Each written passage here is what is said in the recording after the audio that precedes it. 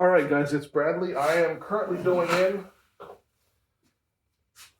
Today we're going to do another 6-gallon or 22-liter batch. The last brew I did that Bach was actually came out pretty good.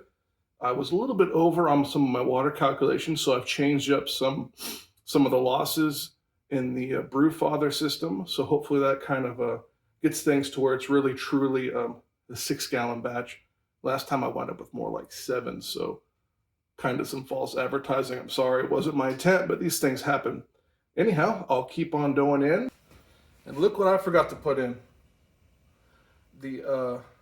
This center tube that the mash hat hooks to. Just in a hurry, it's early, trying to film this as well. So I forgot this. I got a decent amount of grain that has settled through because now there's an opening. So we're gonna put it in late. You know what, I don't think it really matters. No matter what, it's only beer. So there it is set in there. Everything should be fine. It went down with no problems. So we'll see if I can't filter some of that garbage out that got through there. But today might not be quite as smooth as usual, but figured I'd show you guys these things happen. Definitely if you're trying to shoot a video and dough in, you might make a mistake. Anyhow, so right now I'm gonna give it a gentle stir. Excuse me, pardon my voice. Today's brew is, I guess, kind of Belgian-y. There's 24 pounds of grain in here. There's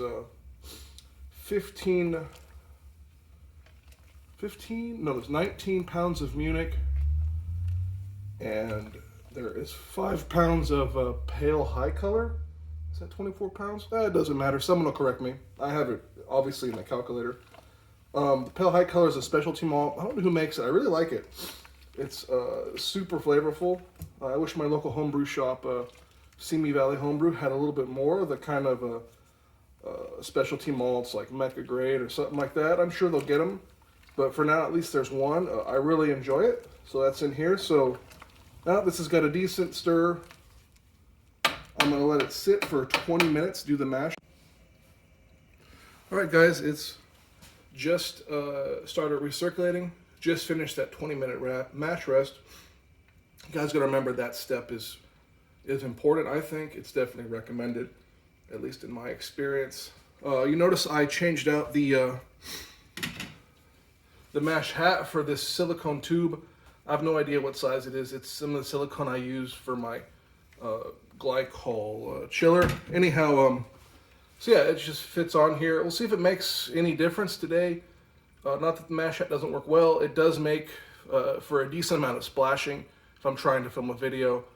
Someone had suggested in the comments that I try this, and I've seen other people doing it, so what the hell, definitely. So it is just recirculating away. Not quite as thrilling as with that mash hat or sparge hat or whatever that piece is called. Like I said, if I wasn't making a video, I think I would definitely use it, and I would just use the lid or the steam hat on top of it to contain the mess. But for the interest of everybody kind of seeing what's going on, I figured what the hell, we'll try this out. So again, guys, this is just me goofing around my garage. This isn't by any means official content. I don't have any ties to Brewtools other than I've spent a decent amount of money on their products, and I really do enjoy them. So this one is going to be for 70 minutes. I might cut it short once I hit my desired gravity, my desired pre-boil gravity, but I figured I'd just do 70 minutes and see how it goes. As it is, I've not had any drop in water level.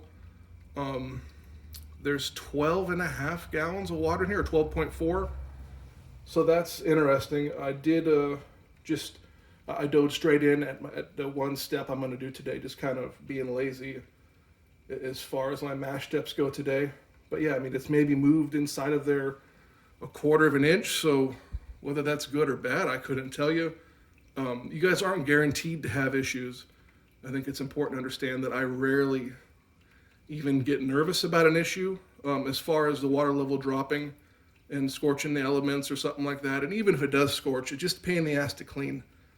I think I read on a forum post from Brewtools themselves that Like they've tested them like running, they've had them glowing red hot, and they're still fine. So that's impressive. I don't know that I would ever want to try that, but it's good to know. Anyhow, so I'm just gonna keep on recirculating. I'll quit rambling on, and I'll check back once I've done something stupid or exciting. All right, it's Bradley. I'm back. The whole mash went well. Right now I'm mashing out. I've got about 7 minutes left. So what I actually did today is kind of experimental, I would say. It's just me fiddling around, like I said earlier. I lost the mash hat and used a silicone hose. If you guys hadn't noticed right now, my pump's at 100% power, and I am recirculating, we'll say, about fully, fully through the, fully up current. And what I've got here is the water level in the two vessels stabilized. So in the main vessel, it kind of, where it is, it's where it stayed, and the water here in the mash tun is stabilized.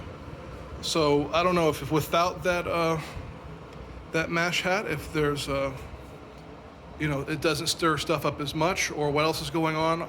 I also had you cannot see it, but I also had the a spare malt pipe screen, the finer screen.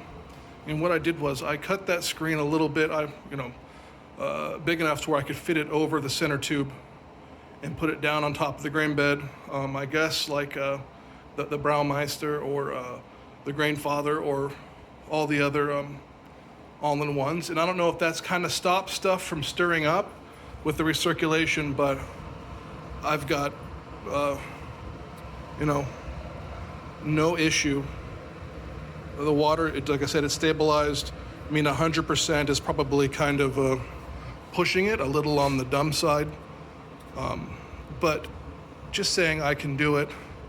Further testing to be done. Again, this is, just kind of experimental, kind of me. But to anyone that's having trouble, the other way, modulating the water levels and brewing, to me, my first impressions are this is a solution. It seems to have worked. You also see, I also managed to filter out. I had a lot of grain material in there from not having this center tube on, and as you can see, recirculation is at full power. Maybe not advised, and it has been the entire time because I just want to see what it does. But there's nearly no particulate through there, and everything is cleaned out nicely. So anyhow, I'm gonna drain this. No sparge today. There's the shots of that tube, just perfectly clear. Gotta love that. The stuff on top is just the stuff filtered out, and also kind of made a mess when I put on that secondary, the top screen we'll call it, because I did it when it was full and hot. Probably should have done that. I think maybe a different process. But anyhow, it's working well. I'm really surprised and pleased. If anyone wants to try it, I would say go ahead, but don't blame me if it doesn't work out for you. This is just me goofing around in the garage. I'll check back in shortly. All right, guys, so I just pulled the malt pipe up, draining that out. We'll see how I did on my volumes here. There's that screen I was talking about. Obviously, the grain on top is part of the filtration. That was done because I forgot that piece, and I think based on timing of when I put that screen in, kind of well into the mass process. But there it is, and I think it actually did, like I said, a fair bit of good. So anyways, just keep on going, and we'll check in once I've started boiling. All right, guys, here we are. I just drained all the grains of wort. There's the that finer screen I was talking about. It actually worked really well. I did get a little bit of channeling where most of the flow was. You can see it kind of, you can't really see it on camera, but it does dip down there. Obviously, I moved some of that grain away with my hands so you can see the screen a little better. But all in all, that worked really well. Right now, we're about to kick it to manual and start heating up. All right, so we'll go to manual, let it run at full power for a minute. It'll hit boiling temperatures extremely quickly. And we'll get the steam head on it. We'll drop in some hops, cool it down, and we will have made beer. Hopefully it's good. The no sparge thing is interesting. It's kind of a time saver, I guess. I do myself enjoy the process of fiddling around with sparge water and doing that. So the next batch I do, I'm definitely gonna sparge. I may. The only thing that stopped me from doing a full volume batch is I just I don't have enough fermenters. I guess I do, but that much of the same beer in two different fermenters, it doesn't quite appeal to me, I suppose. But you never know. Anyhow, we'll be back soon, boiling, drop on that mighty steam hat and get back to it. All right, guys, we're back. About to do my hop drop here. Doing only 1 ounce of Styrian Goldings going in. Just like that. I absolutely love the steam hat. Not only is it super efficient, although I don't have a lot of wort in there, I'm still boiling hard at like 28% on the heating elements, which is pretty great. Anyhow, just boiling away. Got that beautiful steam just rolling out the top. It's hard to beat it.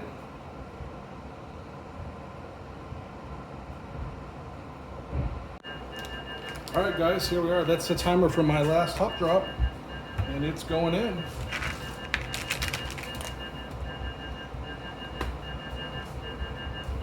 So yeah, hops are in. Should probably turn off the other timer. That's where we're at heating power wise. Sorry, I'm having some issues focusing.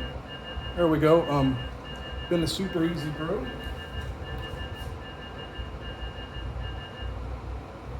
Except for getting that center tube on the malt pipe. That kind of messed me up a little bit. It caused a good amount of grain to get in to the main vessel.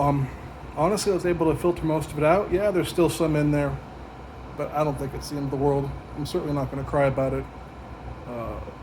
On previous systems in the past, I've gotten some grain mixed in the boil, and the beer came out pretty good. So not every batch will be perfect, but almost all of them should be good. Anyhow, we'll throw in the oxygen stone. All right, guys, I don't have the technology to capture the screen and show you what I'm doing, so I've got my Surface 2 here. It's kind of derelict, but it works great in the brewery. So I'm going to kind of show you how I have stuff set for my 6-gallon or no sparge batch. So we'll just open up to the equipment page. Hopefully everyone can see it. That's where I have my boil off with the steam hat, chiller losses. That's just kind of rough. Truthfully, I still haven't gotten it nailed down. It's not been a giant priority. Maybe it should have. So you want to come into this screen right here. So obviously I've checked, no sparge. So I've checked that because I'm not going to sparge. Then the maximum water limit in the mash. So, that kind of is what you need to fiddle with. I just set it to 14 so it's no hassle. I did set the minimum to 8 because, yeah, why not? Honestly, you could put it at 7. I'm sure you'd be fine. That's just where I threw it. So that's the screen you want to get into, and that's going to kind of get you where you need to go. So we'll exit out of that. We'll scroll down. So that's kind of the water stuff we're left with. Calculations seem to be right on. All right, guys, it's the end of the brew day. Just transferring to fermenter. It's as cool as I can get it with the groundwater here. You guys can tell even with all that grain I had in there, we are crystal clear now. So that's really hard to beat. I'm actually not whirlpooling at all at the moment. Excuse all the hop stuff floating up there, but there's a nice cone of trub and everything that collected. Obviously a little bit messier than usual, but you know, my mistake. Super thrilled with that silicone hose and that top screen that I jerry-rigged onto the mash tun.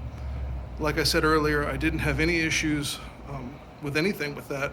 Not that I've had before. I was able to run the pump at 100% and recirculate with full up current if I wanted to, and the level pretty much equalized, which is impressive. I know a lot of people have had trouble doing that in the past. It's an issue that's not plagued me, but it affects many people from what I've seen, or maybe just the people that are having issues are the ones complaining, or not complaining, but voicing their troubles is a more accurate way to put it.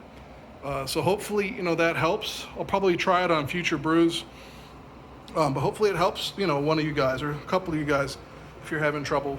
Yeah, I mean, as always, that's high quality, crystal clear wort in my opinion. Wanted to thank everyone for watching and putting up with me and my misspeaking this morning and my groggy voice.